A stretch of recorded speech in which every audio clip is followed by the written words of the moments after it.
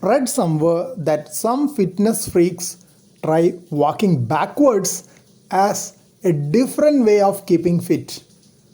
Backward walking is more complex and associated with decreased coordination. I have also tried it while walking inside my living room so that I don't have to turn back every time I reach the end of the room as part of indoor exercise. Of course, there is a risk of falling if you are not very careful. I keep track of the joints on the floor tiles while trying backward walking for fun so that I do not go and hit the wall behind.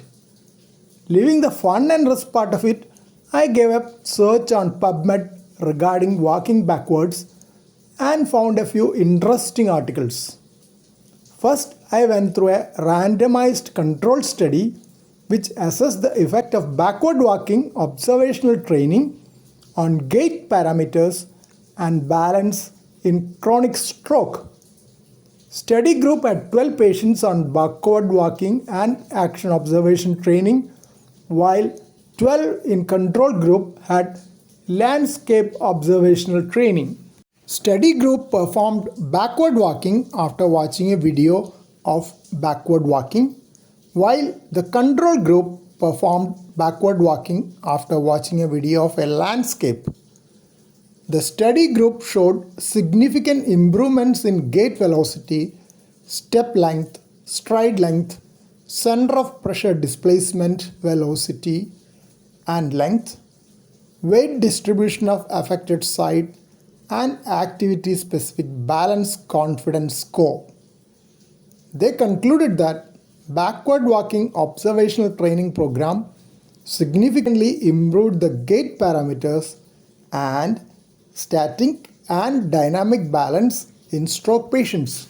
Another study evaluated the backward walking speed reserve in patients with multiple sclerosis. The 23 participants with multiple sclerosis completed trials at their preferred walking speed and maximal walking speed.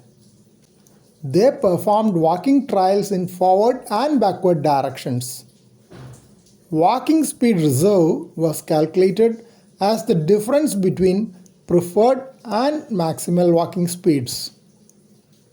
Lower walking speed reserve in both directions were associated with disease severity and poorer performance on clinical walking and balance assessment, as well as with decreased information processing speed and attentional performance.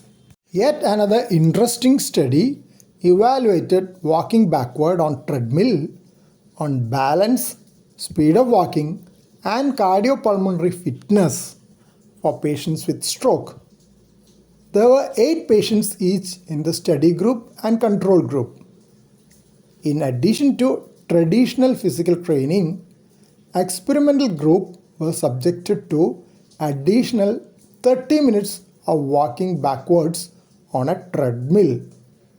This pilot study demonstrated that 30 minutes of walking backwards on a treadmill 3 times a week for 4 weeks increased balance, speed of walking, and cardiopulmonary fitness. Methods used for assessing cardiopulmonary fitness were 6-minute walk test, forced vital capacity, and forced expiratory volume in 1 second. Finally, I presume that backward walking program has some advantages, mostly in neurorehabilitation, though it could be catastrophic if not properly executed and result in falls and consequent injuries.